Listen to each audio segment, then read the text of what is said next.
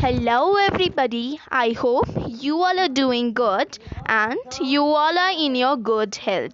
In our today's video, we are going to discuss the physical properties of metals. So, before starting the video, I would like to tell you that if you want me to bring a video on chemical properties of metals, or you like me to shoot a video on physical properties of non-metals, or you want me to bring up a video on chemical property of non-metals, so let me know down in the comment box. Okay, so now let's start with the properties.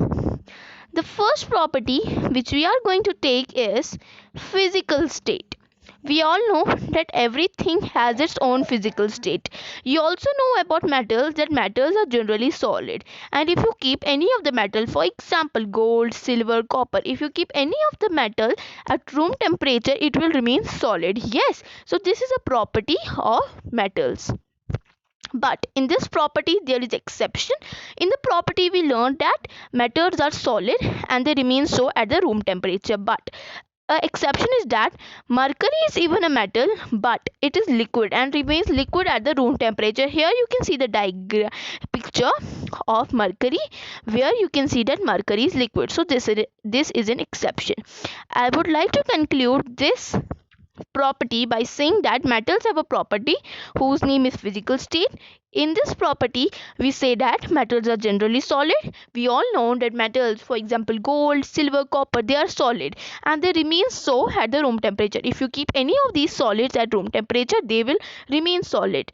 Okay, but we also learned about exception, and that exception is that mercury is liquid. We all may have seen mercury or may not have seen. You can see it in a picture. Okay, and if we talk about mercury, mercury is liquid and remains liquid at the room temperature. Okay, so we have done with our first property. Our second property is hardness and tensile strength. Okay, so this is our second property. You can just yourself understand this property by its name. Here hardness means anything which is hard, and tensile strength means strongness. Okay, so metals are generally hard and very strong. In this property, it tells us that in this property there is only one thing, that metals are generally strong and they are hard. Okay, we all know that metals are strong. You can take example of gold. If you can take gold, or any other, you can take iron. If you try to break the iron, it will not break. Why is it? It is hard and obviously it's strong. You may have seen the metals. Okay, but in this case there is even exception, which is sodium and potassium. These two are metals, but they are soft metals. These two metals, which are sodium and potassium, are even known as weak metals, or they are even known as soft metals. This is because they are not strong, they are not tense, they have not strong tensile strength, and they can even be cut with a knife. You can see in the diagram, this is sodium and it has been cut with a knife. Okay, so now let's conclude the property.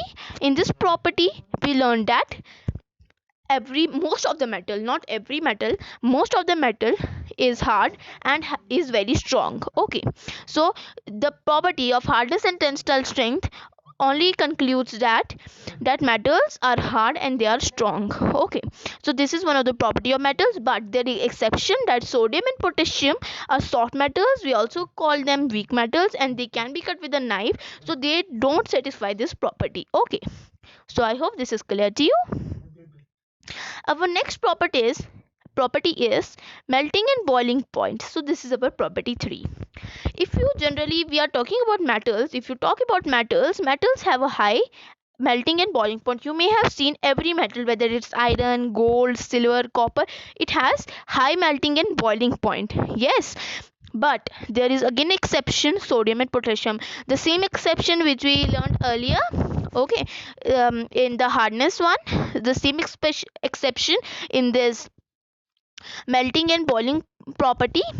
In this property there is exception that sodium and potassium and mercury have low melting point and low boiling point. Okay, so this is a very easy property. Let me conclude this. So in melting and boiling points, this is the property of metals, in which we learned that metals generally have high boiling point and high melting point. But in this property there is an exception, which is sodium potassium and mercury.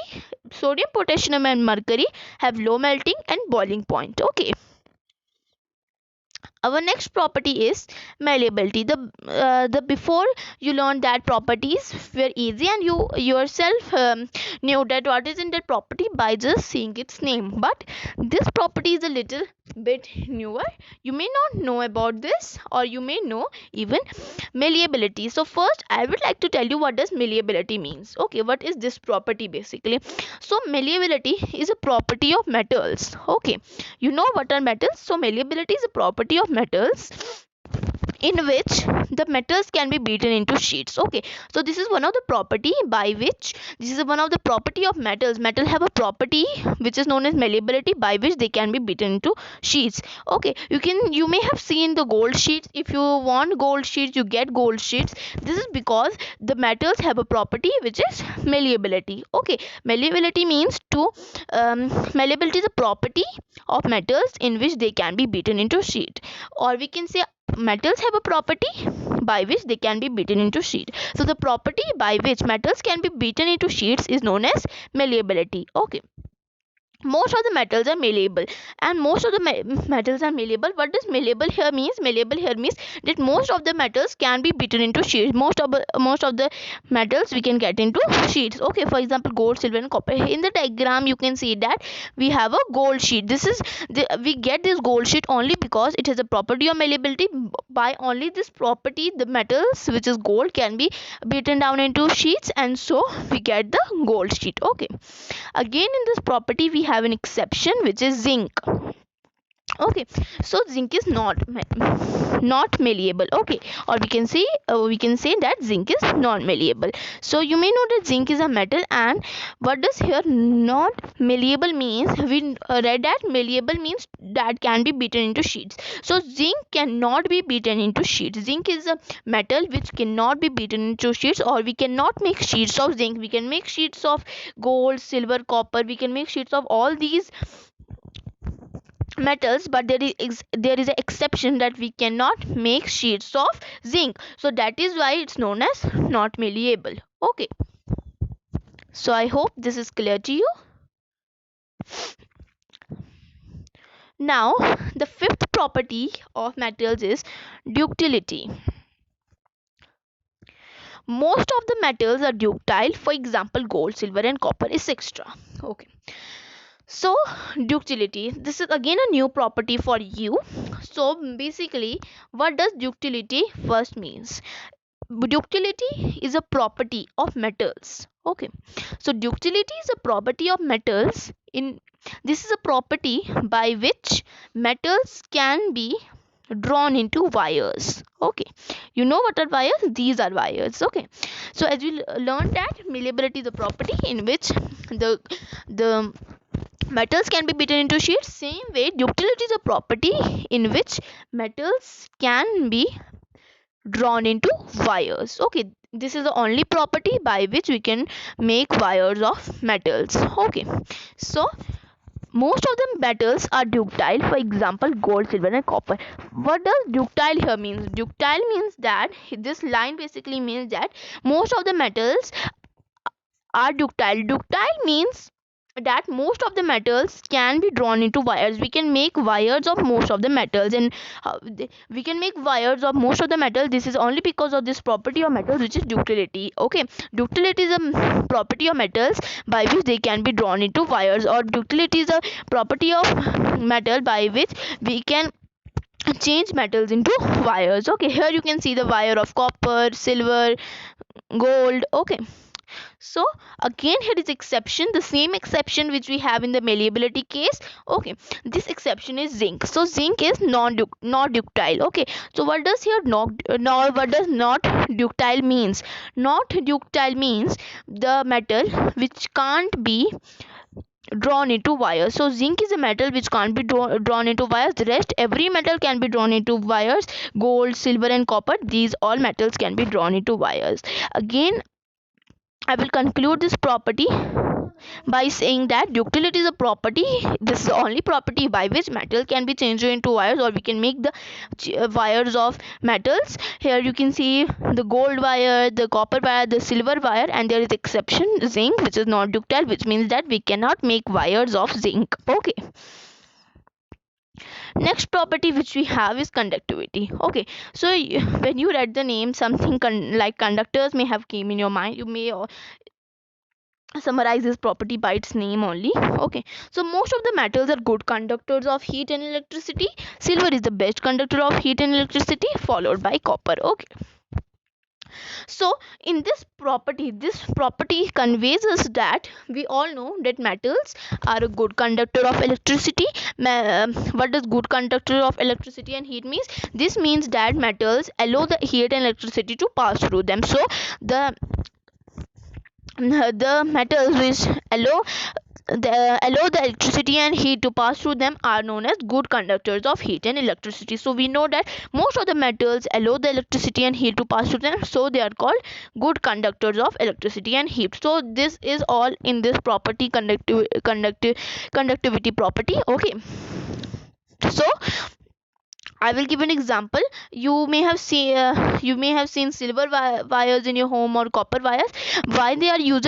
They are used because of this property, conductivity. They are used because these wires, these metals allow the electricity or heat to pass through them. Okay, so again there is exception, which is mercury and tungsten. These are poor conductors of heat and electricity. Okay, so mercury and tungsten is exception which do not satisfy this property of conductivity. And what does poor conductors means? Poor conductor means the metals which here the poor conductor metals means the metals which do not allow heat or electricity to pass through them. So I would like to conclude this property by saying that conductivity is a property of metals in by which metals allow heat and electricity to pass through them. But there is an exception, which is mercury and tungsten, which are poor conductors. Poor conductors means that they do not allow electricity and heat to pass through them. Okay, so I hope this property is again clear to you. Next property is density. Okay, this is the property 7. So most of the metals have high density. So you know that density is measured in mass per unit volume. Okay, so metals have high density. You all may be knowing that metals have high density. There is nothing new to tell in this. Okay, and there is exception of sodium and potassium, which have low density. So I would like to conclude this property by saying that density is a property. Most of the metals have a property that they have high density, but there is exception, sodium, potassium, which have low densities. Okay, they don't have high densities. Okay, and density is measured in mass per unit area volume. Mass per unit area volume. Okay, is it clear to you? I hope this is clear to you. Okay, next property which we have is a very simple property. Again, nothing big to explain in this. So luster, you can make up the property with its name only. What does luster means?